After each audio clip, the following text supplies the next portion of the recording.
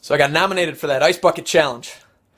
I want to thank Tone Desiderio for not only putting on a great video, but for nominating me so that I could help raise awareness for ALS, or Lou Gehrig's disease. If you've ever known anybody that's had it or gone through a loved one having it, you know what a terrible, heartbreaking disease it can be. And you probably want, just like me, to find a cure so no one else has to go through it.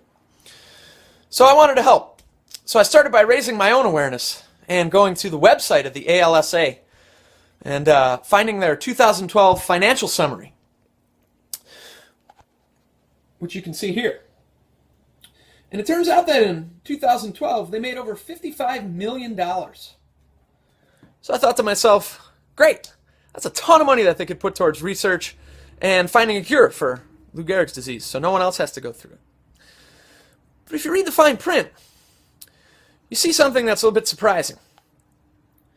See, it turns out that just under 8% of that $55 million actually went to research, while over 10% went to general administrative costs.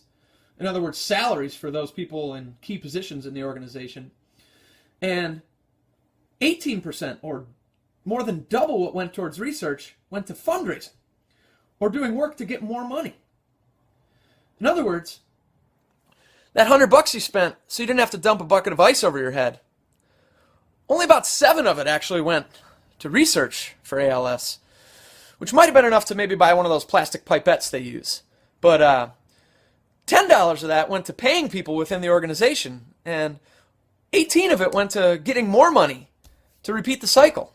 See, what a lot of people don't understand is that just because the ALSA is a not-for-profit organization doesn't mean that they have this mandate that they can't make money. In fact, just like any other corporation, their entire goal is to make money. But what the not-for-profit designation does for them is just exempts them from paying any federal income tax, which should really excite all you neocons. I still wanted to do my part. I still wanted to help raise awareness so that we could eventually find a cure for this disease. But what I decided to do is take a page out of the ALSA's playbook, and instead of the 100 ice cubes you'd typically find in a bag of ice, I counted 7 of them out, 7%, and I got them here. So, challenge accepted. Now I want to nominate the rest of you to wake the fuck up and realize that not-for-profit organizations aren't really doing much for research.